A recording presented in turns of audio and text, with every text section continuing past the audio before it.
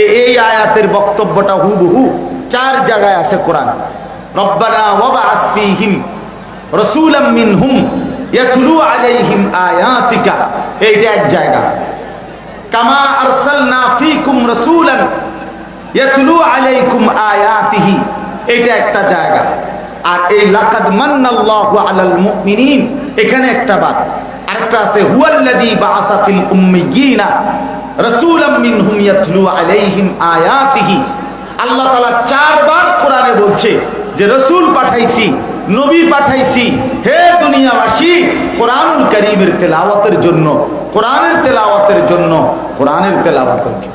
আজকে এক কোণা থেকে ওই মাথা পর্যন্ত সিরাতুন নবী সাল্লাল্লাহু আলাইহি সাল্লাম, নবীজির সিরাত, নবীজির জিন্দেগি, নবীজির হায়াত, এটার আলোচনার এই মাহফিলে আমি আপনাদের কাছে প্রথম বলতে চাই, একবারে আমার এই ডান পাশ থেকে নিয়ে ওই মাথা পর্যন্ত, ওই মাথা থেকে এই মাথা পর্যন্ত আপনারা যেই মুসলমানরা আল্লাহর কোরআন পড়তে পারেন না, বুড়া হন আর জওয়ান হন, স্কুলে পড়েন আর কলেজে পড়েন, অথবা মূর্খ বকলম, নামও দস্তখত করতে পারেন না, যে কিসিমের মানুষ হন আপনি, যদি আপনি মুসলমান হন, যদি আপনি মার দুধ খেয়ে থাকেন, যদি রক্তে আপনার ঈমান থাকে, তো খোদার কসম মনে রাখেন, যিনি আল্লাহর কোরআন পড়তে পারেন না, সায়া সায়াও কোরআন শরীফ পড়তে পারেন না, নবীজির সাথে আপনার কোনো সম্পর্ক নাই, নাই, নাই, নাই বেটা।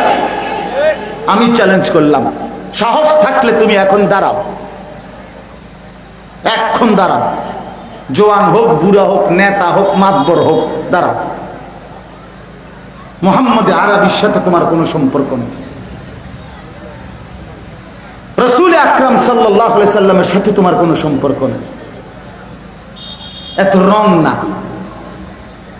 এত সুপারিশ, হাসরের ময়দানে সুপারিশ আর হাউজে কাউসারের পানি দিয়ে আপনার মামুর বাড়ি না, হাসরের ময়দান আপনার চাচার শ্বশুর বাড়ি না।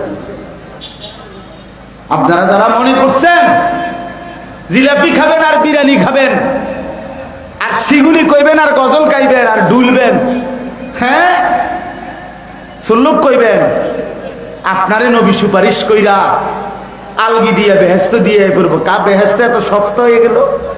বেহেস্ত কি 2টা রুম আর একটা মানে ফাঁকঘর অথবা একটা বারিন্দা, দূরে দূরে, এটি তো বেহেস্ত না। বেহেস্ত মানে কি 2টা রুম আর একটা বারান্দা নাকি? কথা কয় না তো কি বেহেস্ত? খামখেয়ালি। আজকে বললাম আল্লাহর কোরআন শিখেন। 90 বছর নামনের বয়স যদি হয়, 900 বছর আপনার জন্য আল্লাহর কোরআন শেখা ফরজ।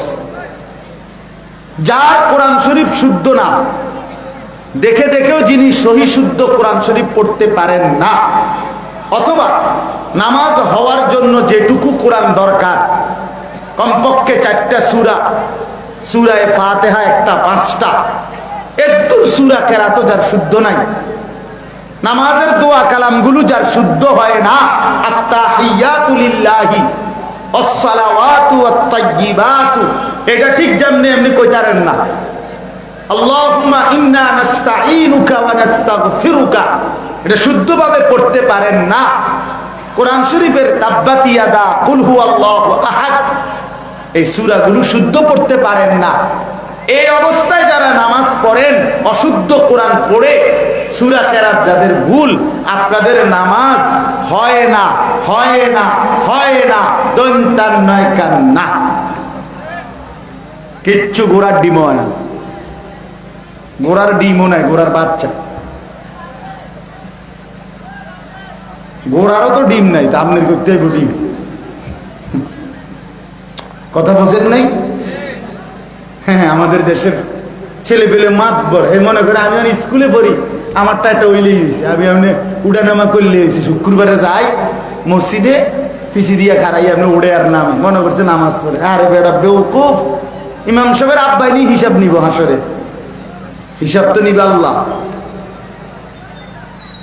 হ্যাঁ, আল্লাহ শুনে নাই আপনি যে কি হুয়াদের পড়ছেন সূরা, আল্লাহ শুনে নাই? 23 বছরে একটা একটা স্কুলে আপনি মনে করেন, একটা মাদ্রাসায় একটা স্কুলে 6টা ঘন্টা, কথা বুঝেন, বাংলা, অঙ্ক, ইংরেজি, অন্য বিষয় 6 বিষয়ের 6 ঘন্টা 6টা শিক্ষকে পড়ায়, মিলাইয়া ছেলেটা শিক্ষিত হয়, কথার কথা। তো এই কোরআন শরীফ ইচ্ছা করলে 30 পারা কোরআন, তো প্রথমে না নবীজি একা ছিল, ধীরে ধীরে যখন আবু বকর, ওমর, উসমান, আলী ওনারা যখন কালেমা পড়ে মুসলমান হয়ে গেলেন এবং ওনাকেও 2-4-5 বছর হয়ে গেছে, তো এখন ইচ্ছা করলে পুরা কোরআনটা নবীজি একা গ্রহণ না কইরা আল্লাহ তাআলা ইচ্ছা করলে ওনাগর কাছেও তো 2-1 পারা কোরআন শরীফ নাজিল করে বলতে পারতেন, তোমরা আমার নবীর সাথে সহযোগিতা করে বাকিদেরকে তোমরাও কোরআন শিখাও, তোমরাও তেলাওয়াত শিখাও। কেন করতে পারতেন না? কই আল্লাহ কি করছেন? কথা বলে না কেন? না, আল্লাহ বলছে বন্ধু কষ্ট হোক, ঘাম ঝরুক, কিন্তু আপনি একাই আমার পুরা কোরআন আপনার কলিজার মধ্যে গ্রহণ করেন, আপনার জবান দিয়ে বলেন, আপনার থেকে যেন সঠিক উচ্চারণটা, বিশুদ্ধ উচ্চারণটা ঠিক আমি যেমনে চাইছি আমি আল্লাহ, এটা যেন আপনার জবান দিয়ে সর্বপ্রথম পৃথিবীবাসী শুনতে পায়। এজন্য নবীজির জবানের আগে কোরআন পৃথিবীর আর কেউ শুনছে?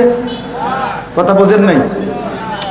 আল্লাহ পাঠাইছে জিব্রাইলের মাধ্যমে নবীজির কাছে, তাইলে এখানে আর কেউ পৃথিবীর শুনবার কোন সুযোগ আছে? প্রতি অক্ষর কোরআন শরীফের এই পৃথিবীবাসী শুনছে কার জবান দিয়া? কথা বলে না, নবীজির জবান দিয়া। নবীজি মুখ দিয়া বলার পরে না সাহাবীরা শুনছে। তাহলে একটি অক্ষর নবীজি অশুদ্ধ পড়ে নাই, অশুদ্ধ রাখে নাই, উম্মতকে অক্ষর অক্ষর শিখাইছে, অক্ষর অক্ষর সাহাবীদেরকে হাত ধরে ধরে শিখাইছে। আমরা হাদিসে পড়ছি, আপনারা এটারে পাত্তাই দেন না, আপনারা পাত্তাই দেন। একদিন এক চাচারে জিগাইলাম, চাচা আপনি কোরআন শরীফ শুদ্ধ পড়তে পারেননি? কো আল্লাহর রহমতে আমনের গো দোয়াই হুজুর আমার 3 নাতি হাফেজ। ওটা কাহিনী কয়, কিচ্ছা কয় আবার, হ্যাঁ আলাপ মারে। আপনারা জিগাইলাম আপনার কোরআন শরীফ শুদ্ধ নি? কয় 3 নাতি বলে হাফেজ। এটা নিয়ে আপনারা জিগাইছে, 3 নাতি হাফেজ। এই জন্য মনে রাখবেন, হাফেজে কোরআন সুপারিশ করবে, আলেমে দ্বীন সুপারিশ করবে, সব ঠিক আছে। হাজী সাহেব সুপারিশ করবে, সব ঠিক আছে। নবীজি সুপারিশ করবে, সব ঠিক আছে। কিন্তু সবচেয়ে জরুরি কথা, আবারও বলছি মনে রাখেন, সুপারিশ মানে নাজাত নয়। বুঝেন নাই আমার কথা?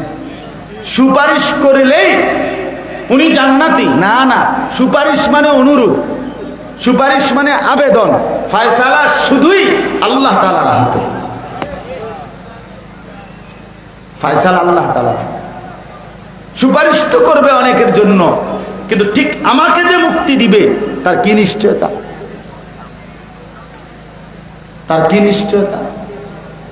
আল্লাহ যদি বলেন না আমি বন্ধু একে মুক্তি দেব না, ওকে দিলাম, তো বাদ দিল যারে, সেটা যদি আমি হই, কথা বলেন না কেন? তখন এরপরে বাকি সব মানুষ বেহেশতে গেলে আমার কি লাভ? কথা পায় না। আমি জাহান্নামী হইয়া বাকি সব মানুষ জান্নাতে গেলে আমার লাভ কি?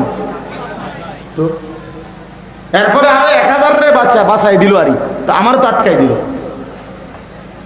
আমি তো আটকাই গেলাম। হ্যাঁ, এই জন্য জরুরি মনে রাখবেন। হাদিসের মধ্যে আছে আল্লাহ তাআলা বলবেন, বন্ধু আপনি চান আমি দেব, আপনি সুপারিশ করবেন আমি গ্রহণ করব, এটা আলাদা। আপনার সুপারিশ মানে কি না আপনি সবাই ব্যস্ত পৌঁছে দেন, এটা না। আপনি আবেদন করবেন, ফয়সালা আমি আল্লাহ দেব।